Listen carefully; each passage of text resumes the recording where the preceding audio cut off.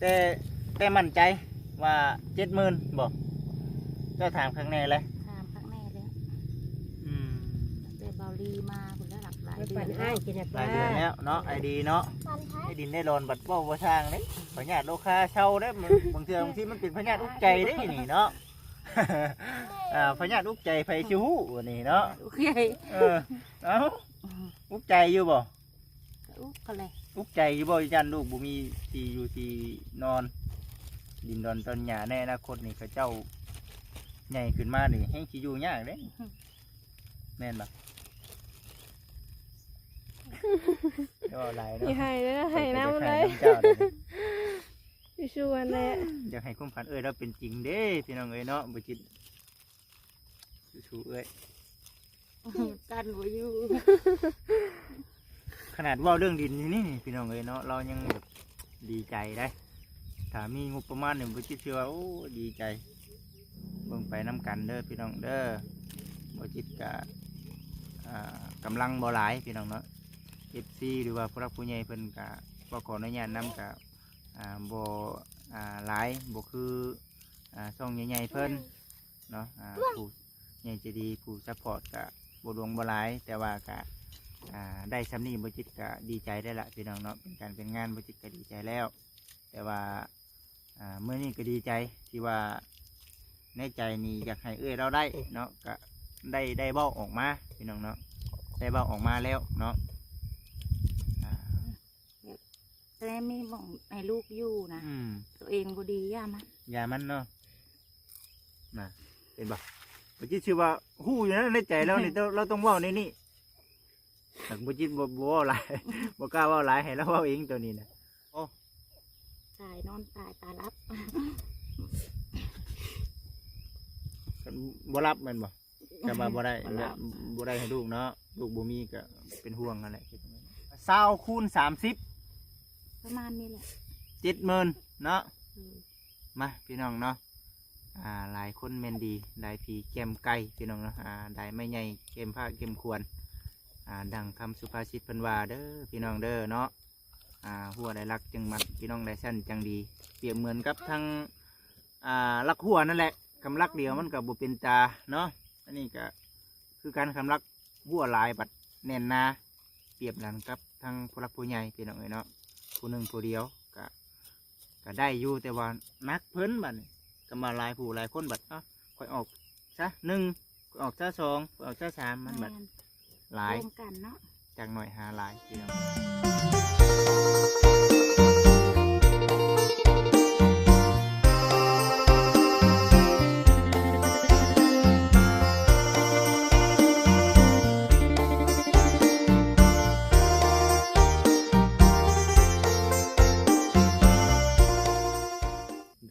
พี่น้องเลยเป็นยังไงเนาะบรรยากาศอยู่ให้อยู่หน้าเด้อพี่น้องเด้อเข้มทางถือว่าสวยงามเนาะเป็นตาอยู่ ใครอีดอกบ้านเพิ่นอยู่หน้ากับมีหนทางไปหอดทางใหญ่เนาะทางหน้าบ่อจิตเด้พี่น้องเอ้ยหน้าก็น่าดีหอดยำฟ้ายำฝนนี่โอ้ยขนาดรถจักรนี่ก็ยังไปทั้งเนี้ยพี่น้องเอ้ยเนาะคือเพิ่นนี่โอ้โชคดีเนาะมีแคมป์ให้แคมป์หน้านี่เป็นของตัวเองแหละมาพักอาศัยเลยโอ้ยไปบ้านนั่นก็ได้ไปบ้านนี่ก็ได้ไปในเมืองก็สะดวกสบายที่เราไงเนาะที่รถใหญ่มาจอดไว้อยู่ตนาเทียงแล้วเลย เอาพี่น้องเด้อเนาะบ่จิตกับข้อกับทักทายสบายดีFCทุกท่านเนาะทางฝั่งลาวฝั่งไทยทั้งต่างประเทศพี่น้องเอ้ยพอกับบ่จิตคือเก่าอีกเด้อพี่น้องเด้อขอบคุณในไลน์ที่เขามาติดตามรับชมเด้อพี่น้องแล้วก็เขามาคอมเมนต์ให้กำลังใจในเด้อเนาะ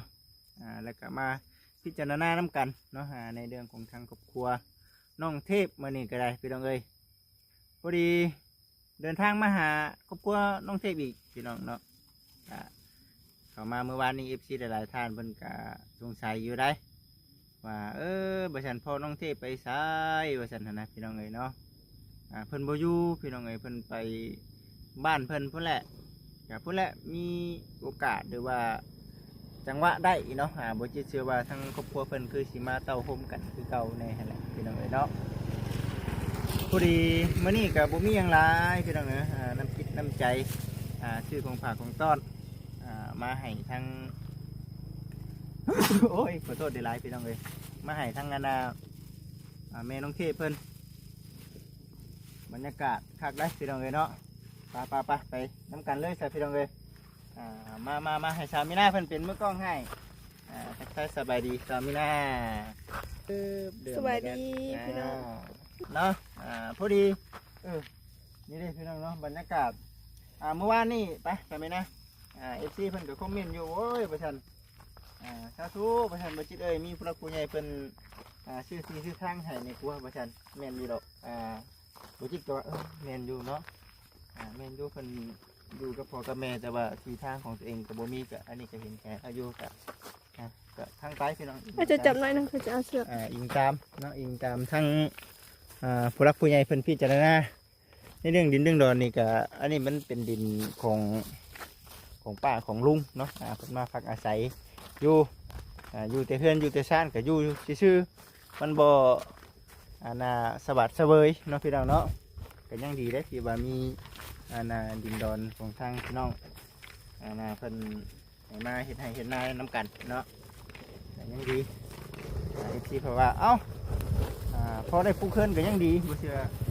ลองเข้าไปเบิ่งเด้อนะเด้อที่มันคอมเมนต์กันสมาอยู่ไปให้พี่คิดแน่ก่อนบ่อันนี้เสียงนาเราพี่น้องป๊อดทำสื่อขึ้นทุนโอ้ไปใช้นะฮะนี่เสียงนาพี่น้องเนาะเนาะวานแหพี่น้องเนาะดูสบายดีเฮ็ดพี่ช่างพักผ่อนเนาะพักผ่อนมันแหลดใช้ไปพุ่นบ่อยู่พุ่นบ่โอ้ยไปเผาตะกร้าบ่ไปเผาตะกร้าบ่ฮะมอเตอร์ไซค์คู่ใจเราพี่น้องเลยเนาะติดสลิงในใส่ไว้นะครับติดบ่สลิง บ่เป็นเฮ้ยเต็กบ่ได้ขับเพิ่งเลยพี่น้องเลยเนาะ อยากเฮียนครับอยู่ได้เสด็งกัน เบิ่งไปประมาณนี้แหละไอ้โอ้เพิ่นออกเบิ่แล้วอันนี้เนาะออกเบิ่แล้วอันนี้เพิ่นไปนอนพุ่นเลยพี่น้องเลยโอ้เฮ็ดหยังไม่โตเฮ็ด โอ้ยนี่พันสลามนี่มันเป็นหยังอันนี้ฮะดูสบายดีเด้อ สบายดีลูก บ่เป็นหยังเอาเป็นหยังเฮ็ดหยังก็สิบ่อึบหยังนี่เป็ดบ่ เป็ดมันลง บ่อันนี้ มันออกได้เป็ดทองโต ปลามันออกได้ในไหนอีก ออกได้ที่ใดบ่ได้ผัก มีแต่น้ำมีแต่สลาม แล้วมันออกได้ได้ ยังออกเฉย เอ้ายังน่ะโตยังน่ะ เอาสบายดีเผายังเผานี่บ่ ขอตะกะ เผาไก่หย่องเบิดล่ะ มันยองเบิดดิทุกคักจะได้พี่น้องเนาะบรรยากาศ ขันขังผัดมือไม่มองขังขังแม่นั่นแน่ มีบนขังเนาะก็เลยจะเผาทำเอาขนมกับไก่น้องไผ่ว่ายิงไก่ ไล่นอนไล่อยู่ล่ะ ยิงแม่นอยู่บ่นี่ฮะบอกยิงเป็นอยู่บ่เป็นเนาะโอ้ยหายเด้ให้ยิงบาทนี่ ยิง เนาะ ลูกนะยิงลูก บ่สิให้ยิงให้เบนก่อนจริงบ่เนาะยิงเป็นอยู่บ่ล่ะเป็นหน่วยเก่งหัวเด้เอาพี่น้องเอ้ยเนาะเกิดสิ ยิงไม่กี่โก้เนี่ยนะไป นี่ยิงถืออยู่บ่กูไม่นี่ลองเบิ่งมาลองเบิ่งมาครับน้องไผ่ ลองมึงไปยิงมึงเนาะ ยิงเบิ่งรู้ยิงเป็นบ่ ให้เบิ่งเนาะ มันคือชื่อจักแหละนี่เนาะคือชื่อจักแหละนี่ลองเบิ่งบ่เบิ่งสิยิงให้เบิ่งนี่โอ้ยมันเป็นทุนน้อยต้อง เห็นไล่ไก่ไล่งัว คนเล็กน้อยดินี่เนาะ ถึกนะฮะเก่งบ่ลบบ้างไหม เคยก็ยอมเลยยิงมากระเพิ่นเลย ไปยิง เก่งอยู่คอยยังยอม จะมาผูกไปจักกินนี่เนาะ กบ จะมา ยิงไรยิงควายยิงง้อน่ะบ่ได้ยิงเพื่อยิงบ่ถึกเจ้าของอ่ะบ่กล้ายิงกลับคืนได้ก็คือเป็นจังซี่ว่ะ มันจะมันเด็กยิงตัวเอง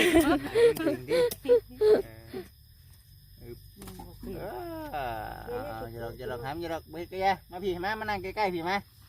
นั่งน้ำกันก่อนแต่ก้าส่องตาบ่ แน่นสองตา ปีนี้จักจะได้จักชอบปีนี้เนาะเป็นไห้โอ้เนาะ โอ้โห โอ้ว่ามันจะให้จักชอบปีนี้นั่นแหละพี่น้องเลยเนาะมาหน้าของมึงคืนนี้มึงเฮือนบ่ มันเลื่อนมันดำเพราะอะไรจังสิมานอ เห็น น เนี่ยคิดว่าเห็นเนี่ยคิดโก้อะไรคิดว่า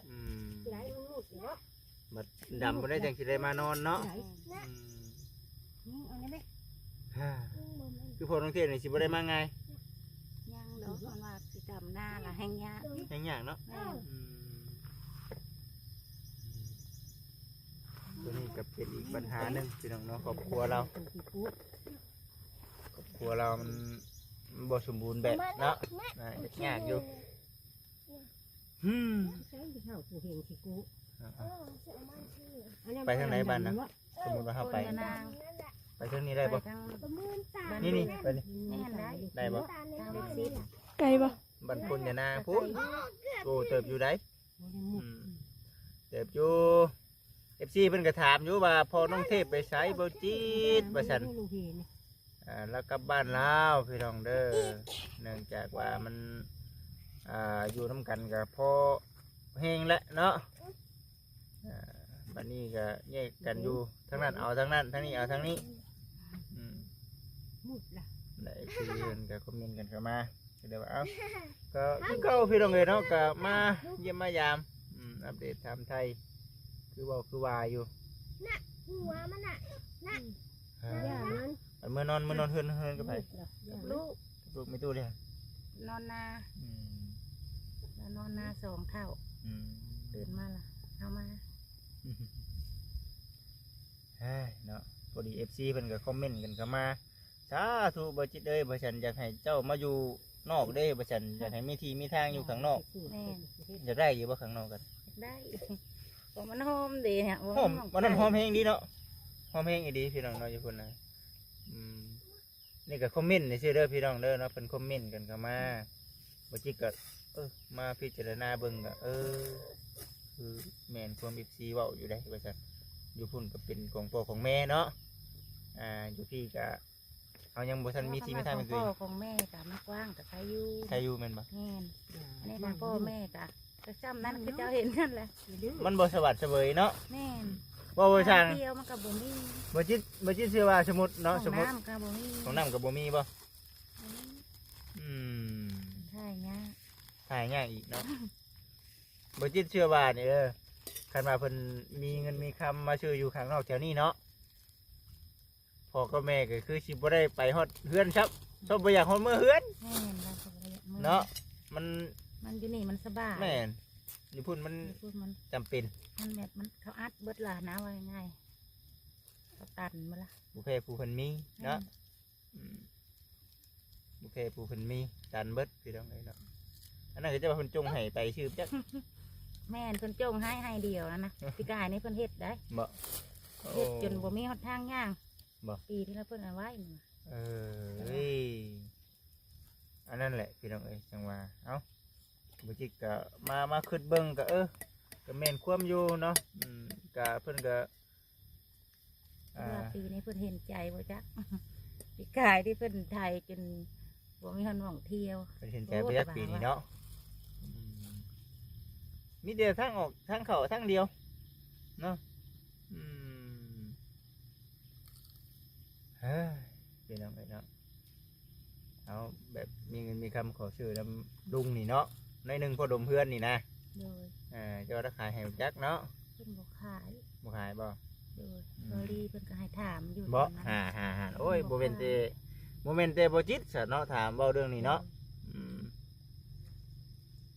เพิ่นบ่ขาย อืมเดี๋ยวเจ้าวันนี้ได้ฉบับ ก็ บอกเพิ่น ว่าได้ บอกไอ้ดี บอกเพิ่นก็ว่าเพิ่นบ่ขาย เออแล้วอยู่พุ่นมันเป็นที่อยู่ใช้อยู่ใกล้เฮือนนั่นแหละ แม่น อืม ได้เฮือน เท่าไรเป็นยังไง เพิ่นว่า6-7 หมื่นเนี่ย70,000 กว้างเท่าไรป่ะ 20 คูณ 20บ่หรือจ้ะ20 คูณ 30นี่แหละประมาณนี้แหละ 20 คูณ 37,000นี่ก็ถามว่าแพงบวกกับแพงอยู่พี่น้องก็ ตอนนั้นเรา ถือ ก็ ว่า ให้ไปถาม บ่ เราดี อืม เราก็ไปถามต้นแล้ว เดี๋ยวบัดนี้ได้ครับ จ้าคือเงียบไป เจ้ายังไม่ได้บอกเรา บ่ตะกี้เราก็ว่าให้มีบ่องใดแน่ดินเราอะนะ แต่ว่าเราเจ้ายังไม่ได้บอกว่าอดีครับ ยัง พอดีเลยแหละสาพี่น้องเอ๋ยเนาะอันนี้เด้อพี่ ต น้ อ อง น เด้อ นั้นเราให้ไปถามมานะว่าบ่องใดมีมอมอเราอะนะ รถใหญ่กล้าเข้าไปได้อยู่บ่นี่ ได้ดีทาง ไปทางไหน ทางเวฮั่นเวียดนั่นดิ อย่าบอกได้อบ่ไปบ่อนเก่าเจ้านะ บ่ คนในเส้นบ่ ไปละเส้น เออ ในฮั่นเวียดนั่นแหละ รถใหญ่ไปได้ ไปได้แต่ก็ฮอดแล้วมันบ่ได้ไกลบ่ได้ลึกนะ เข้าไปก็ฮอดเลยฮอดเลินเจ้าเลยเอาเลินเจ้าเลยดิ เดิน ฮอดเลินที่เจ้าถามเลย เธอทางทีนี่เพิ่นจงให้แล้วอะนะ มันเป็นในใดนะมันเป็นเดินไปได้ เดินกว้างแบบนี้แบบมันเดินกว้าง อย่าไปเบิ่งเด้อเนาะ รถใหญ่แก่ ใกล้ อ้อย นี่ ยังไปได้ แล้วพื้นที่หลายเพิ่นขายเป็นล็อกเป็นล็อก อืม เพิ่นวัดไว้เรียบร้อย ว่าล็อกใดแบบ เนาะ ล็อกทางกับเป็นแสนละ อันนี้6-7 หมื่นเนาะ อยู่ในเด้ ธรรมดาอยู่ใกล้บ้านคนบ่บ้าน บ้านเลย เหมาะแล้วเนาะ เนาะ อยากได้อยู่บ่ อยากได้ เออ มาพี่น้องเนาะคลิปนี้ก็สีโบเบ้าหยังหลายเด้อพี่น้องเด้อสันก็บ่มีแต่บ่จิตเนาะแบบมีความคิดว่าอยากให้ครอบครัวเจ้าได้เนาะให้ดีแล้วก็ยังอยากให้ไปถามอยู่เห็นบ่แต่บ่จิตก็บ่ฮู้ว่าเป็นจังได เพิ่นให้ไปถามแล้วไปถามเพิ่นว่า แต่ว่าในงบประมาณนี่เป็นจังไดเพิ่นก็ยังบ่ได้บอกเนาะว่ามีบ่มีเนาะ โดย แต่สำหรับบ่จิตก็บ่จิตสิขออันน่ะเปิดทางหรือว่าขออนุญาตเว้าก่อนซะเนาะพี่น้องเอ้ยเนาะก็ในเมื่อครอบครัวน้องเทพเพิ่นเนาะพี่น้องเนาะปัญญาโลคาหรือว่าการช่วยเหลือจากทั้งผู้รักผู้ใหญ่เพิ่นก็หลายอย่างในแนวแล้วเนาะ โดย ก็ถือว่าโอ้ยสาธุนำผู้รักผู้ใหญ่เพิ่นพี่น้องเอ้ยแต่ว่าในเรื่องบนอยู่บนเช่านี่บ่จิตก็ว่าจำเป็นคือกันเนาะจำเป็นคือกันพี่น้องเอ้ยเพราะฉะนั้นก็เอาบจิตก็ฝากเนาะพี่น้องเนาะฝากพ่อแม่พี่น้อง FC เนาะที่ได้เข้ามาเบิ่งเนาะก็ช่วยพิจารณานี่เด้อพี่น้องเนาะช่วยให้กับทางผู้รักผู้ใหญ่เพิ่นพิจารณาเบิ่งว่าเป็นจังไดกับทางอันนั้นพี่น้องเนาะกับFC เนาะทางน้องแต่เนาะเพราะว่าอยู่แต่หันได้พี่น้องเนาะ FC น้องแต่ก็หลายวันนี้สิว่านำ FC น้องแต่เพิ่นให้มาพิจารณานำทางครอบครัวของทางเจ้าพ่อมเนาะก็มาเบิ่งน้ำกันพี่น้อง แต่ อืม อยู่บ้านเดียวได้ห่างบ่ฮู้กัน โอ้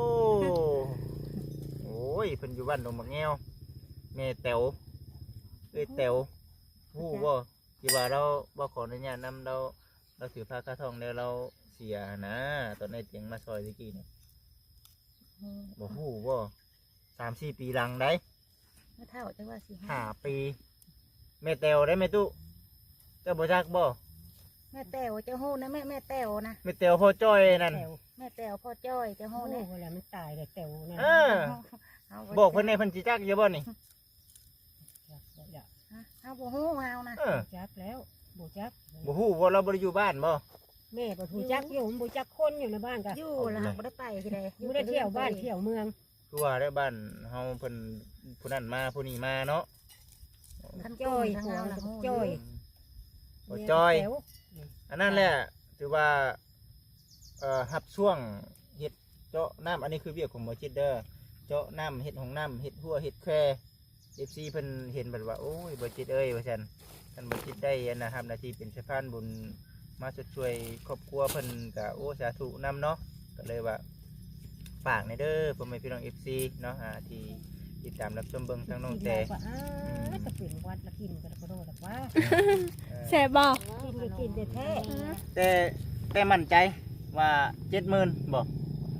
เจ้าถามข้างในเลย ถามข้างแน่แล้ว อืม ตั้งแต่เบาลีมาคุณแล้วหลักหลาย ไป เดื ปั่ อน น อ้ายกิน หลายเดือนแล้วเนาะไอดีเนาะ ปั่นแท้ ตั้งแต่ขึ้นมาเฮ็ดสร้างให้เดือนหนึ่ง นี่โกน นั่นเนาะกะบ่ได้มีงบประมาณเด้อพี่น้องเด้อเนาะแต่ว่าก็ท่านผู้รักผู้ใหญ่เพิ่นให้อันน่ะเป็นสะพานบุญให้ก็พร้อมคือกันพร้อมสิดำเนินการให้ก็คันว่ามีผู้รักผู้ใหญ่เนาะเพิ่นให้เป็นสะพานบุญให้ปึ๊บเนาะว่าขออนุญาตนำฝากเงินมาแล้วเนาะบ่จิตเนาะก็สิแบบปรึกษาเนาะปรึกษาหารือกับทางไอดีเราหรือว่าไอเตียงเนาะก่อนที่ชื่อก่อนที่เฮ็ดก่อนที่อย่างแต่เดียวที่เช็คถามเบิ่งทางง่ายๆเพิ่นอีกหั้นนะแต่ว่าคันพ่อแม่พี่น้อง FC เพิ่นอยากสมทบกับผู้รักผู้ใหญ่เพิ่นอยากสมทบก็ได้เนาะก็สิช่วยเพิ่นเต็มที่คือกันเนาะอันนี้กับ FC เพิ่นว่าขออนุญาตนำเนาะเฮาซอยครอบครัวนี้แล้วบัดอยากให้ช่วยครอบครัวนี้แน่เด้อบ่จิตเด้อถึงสิบ่มีนั่นมีนี่ก็ช่วยเป็นช่องทางเป็นชื่อซะว่าซั่นให้กับทาง FC หลายๆคนเห็นว่าซั่นน่ะนะอันนี้ถึงข่อยสิบ่มีก็แต่ข่อยก็สิพยายามเด้อเนาะสามารถดินมาแอนเนาะมาเว้ามาว่าไทยให้กับพ่อแม่พี่น้อง FC เห็นสิแหละชูๆหั่นแหละแต่จะโทษได้เฮ้ยเห็นว่าก็ได้เนาะได้ดินได้รอนบัดเว้าบ่สร้างเด้พญาติโลคาเช่าเด้บางเทื่อบางทีมันเป็นพญาติอุกใจเด้นี่เนาะ พญาติอุกใจไผสิฮู้นี่เนาะ โอเค เอ้าอุกใจอยู่บ่ อุ๊ก็เลย อุกใจอยู่บ่จันลูกบ่มีที่อยู่ที่นอน ดินดอนตอนหญ้าในอนาคตนี่เขาเจ้าใหญ่ขึ้นมานี่แฮงสิอยู่ยากเด้แม่นบ่สิแหละพี่น้องเอามาอุกก็หลายเนาะ อย่าให้เลยนะให้น้ำเลย เจ้าเด้อ ชวนเลย อยากให้ความฝันเราเป็นจริงเด้พี่น้องเนาะบ่จิตสู้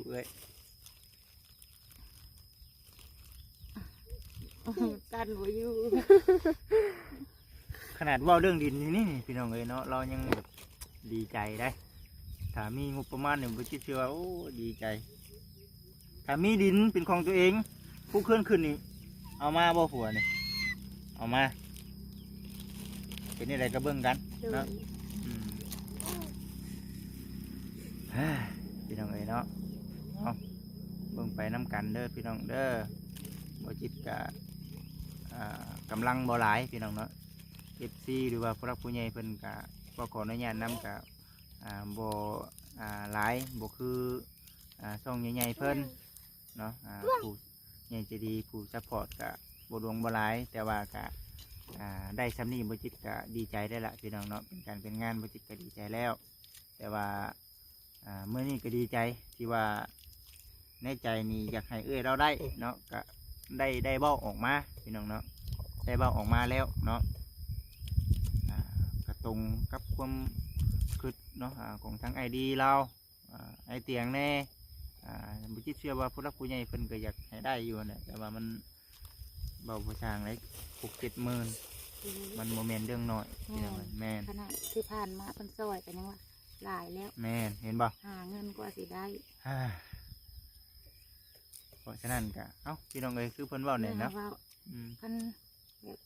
แต่มีหม่องให้ลูกอยู่นะตัวเองบ่ดีย่ามัน อย่ามันเนาะน่ะเห็นบ่บ่จิตชื่อว่าฮู้อยู่นะในใจเรานี่เราต้องเว้าในนี่แต่บ่จิตบ่เว้าหลาย บ่กล้าเว้าหลายให้เราเว้าเองตัวนี้นะฮู้ว่าตัวเองบ่ดีอยู่แล้ว แต่ว่ามีที่มีทางให้ลูก แม่น ก็พอ ตายนอนตายตารับ บ่รับแม่นบ่แต่ว่าบ่ได้บ่ได้ให้ลูกเนาะลูกบ่มีก็เป็นห่วงนั่นแหละ ในลูกก็ยังน้อย บ่จักความนี่ก็ได้เนาะยังบ่จักหยังเด้อันนี้ มีแต่กินอย่างเดียวอันนี้ ตื่นมาไม่จะถามมาแล้วกินข้าวกับหยังแม่ ล 20คูณ30 ประมาณนี้แหละ 70,000เนาะ อืม มาพี่น้องเนาะ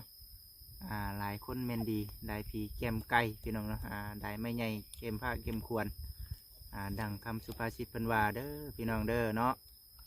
หัวได้รักจังมัดพี่น้องได้สั้นจังดีเปรียบเหมือนกับทั้งรักหัวนั่นแหละคำรักเดียวมันกับบุเป็นตาเนาะอันนี้ก็คือการคำรักหัวหลายบัดแน่นหนาเปรียบกันกับทั้งผู้รักผู้ใหญ่พี่น้องเนาะผู้หนึ่งผู้เดียวก็ได้อยู่แต่ว่านักเพิ่นบัดนี้ก็มาหลายผู้หลายคนบัดค่อยออกซะ1ค่อยออกซะ2ค่อยออกซะ3มันบัด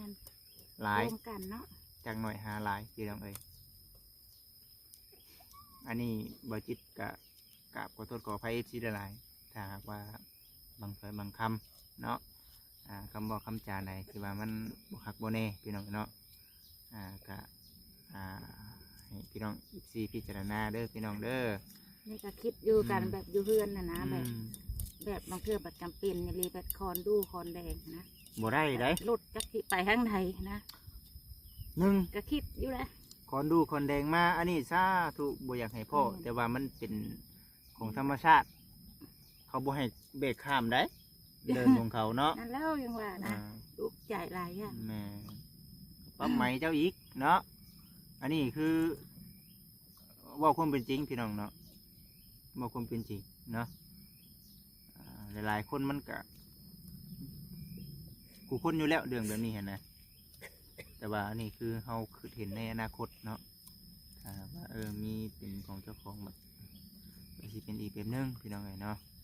คือหลาย มองไปทาง อันนี้เป็นได้เป็นทางหอมมาสิรถใหญ่ห่อเลยแม่นบ่หอดเลย โรงพยาบาลตกดื่มแล้ว มีโอกาสเนาะพี่น้องเนาะมีโอกาสอยากไปเบิ้งหรือว่าFGผู้รักผู้ใหญ่ได้เสมอเด้อพี่น้องเด้อเนาะบอกเวียกบ่คิดได้บ่คิดช่วงนี้ก็ถือว่าเรื่องการเรื่องงานก็ใกล้และพี่น้องเนาะใกล้สิเบิดแล้วในช่วงนี้นะแต่ก็คือว่ามันก็บ่เบิดพี่น้องเนาะเฮาไปเรื่อยๆอยู่แล้วมันก็มีหลายๆครอบครัวแต่ว่าคันผู้รักผู้ใหญ่เพิ่นมอบตัวใดนะเฮาเฮ็ดตัวนี้ให้มันสำเร็จเนาะก็บ่ต้องห่วงเด้อพี่น้องเด้อเนาะมีแต่ว่าเป็นจังไดก็ได้แต่ว่ามีข่าวดีขึ้นมาบ่จิตก็ต้องได้ปรึกษากับทางนายๆเพิ่นคือเก่าคันพ่อแม่พี่น้อง FC เพิ่นอยากให้เป็นสะพานบุญหรือว่าร่วมทำบุญนำกันก็ยินดีพี่น้องเอ้ย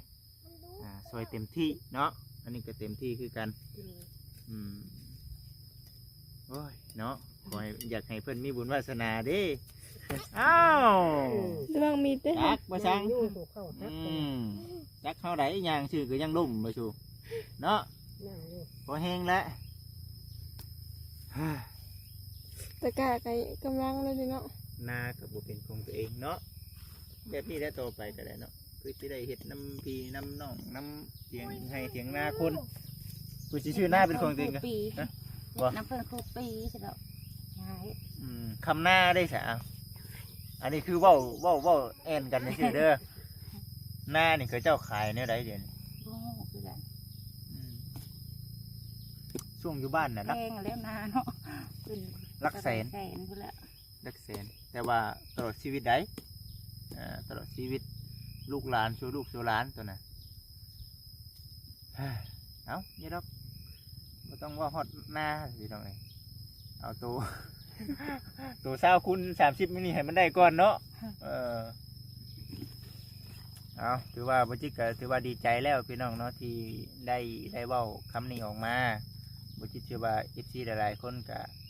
คือสีเห็นดีน้ำอยู่คันว่าบ่เห็นดีก็คอมเมนต์กันเข้ามาเด้อพี่น้องเด้อเนาะบจิตก็สิมานับเบิ่งเนาะพอเสียงแล้วก็มาได้เหมือนนี้ มื้อนี้บ่ เด้อ เห็นอยู่ตีคิวใส่กันอยู่เมื่อเช้านี่ระบาดในไรมื้อนี้ ก็ไปแล้วว่าอะไรเพิ่นก็มาเยี่ยมมายามแหละ อัปเดต เพิ่นซื้อปิ้งไก่ใหญ่มาให้ ดีใจนำช่วงนี้เรายังไม่ได้ไปทางเหนือเนาะมื้อนี้เนาะ แล้วว่าสิไปทั้งเหนือ อย่าลูกอย่า เห็นบ่ แต่ว่าเราเอาผ่ามารอบนั่นนะแล้วว่าคิดว่าสิให้พาเฮาไปเบิ่งดินแล้วนะอันนี้เราว่าเลยว่าแบบ เวียกหลายนะเราเอาไว้โอกาสหน้าเอาว่าให้ความหวังคนโซ่พ่อว่า บ่ได้มีแต่บ่จิตเนาะอันน่ะมีความคิดอันน่ะแบบนี้อ้ายๆเพิ่นก็คิดแบบเดียวกันเนาะมาจ้ะพี่น้องเอ้ยเนาะ14คอมเมนต์กันเข้ามาเด้อพี่น้องเนาะกันว่ายินดีเนาะเห็นดีก็คอมเมนต์กันเข้ามากันบ่เห็นดีก็คอมเมนต์กันเข้ามาคิดก็สิลองมานับเบิ่งได้เบิ่งว่าอันใดยินดีกับบ่ยินดีนี่อันใดสิหลายกว่ากันเนาะต้องให้ FC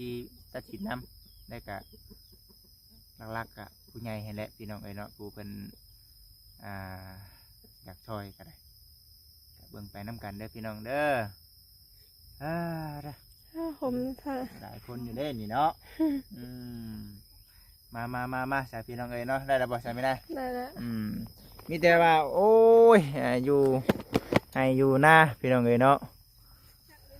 แมน เขางานบ่เนี่ย เข้าอ่อน เขาดอก เข้าดอก แล้วก็บอกอยู่ในคลิปอยู่บ่เรื่องดินเรื่องดอนกับทางไงเสียง บ่เรื่องคิดแบบ แบบว่าว่าสิได้นี่สัมภาษณ์สามไทยสิได้นี่เอ้ย เพิ่นก็เฮ็ดแบบนี้ อย่าว่าเนาะก็เบิ่งไปพี่น้องเนาะแต่ว่าในเรื่องงบประมาณก็ยังบ่ฮู้เทื่อแต่ว่าคันบ่จิตว่าขออนุญาตนำคำบ่จิตได้รับหน้าที่เป็นสะพานบุญคันทาง ID ได้รับหน้าที่เป็นสะพานบุญคันในเสียงได้รับหน้าที่เป็นสะพานบุญเนาะ3คนเด้พี่น้องเนาะสมทบช่วยกันก็ถือว่าโอเคคันในเตียงน้ำอีกแน่บ้านนี้ก็ได้อันนี้ก็ดีใจนำคันว่าทางบ่จิตบ่มีกะทางอ้ายเพิ่นมีกะบ่จิตกะสาธุพี่น้องเนาะทางใดก็ได้เนาะทางบ่จิตก็ถือว่าสิไปดีอยู่ไสก็สิไปนำบนหันแล้วบ่จิตก็ได้เนาะเอาพี่น้องเอ้ยเนาะนี่แหละให้หน้าตากะเนาะดีใจนำ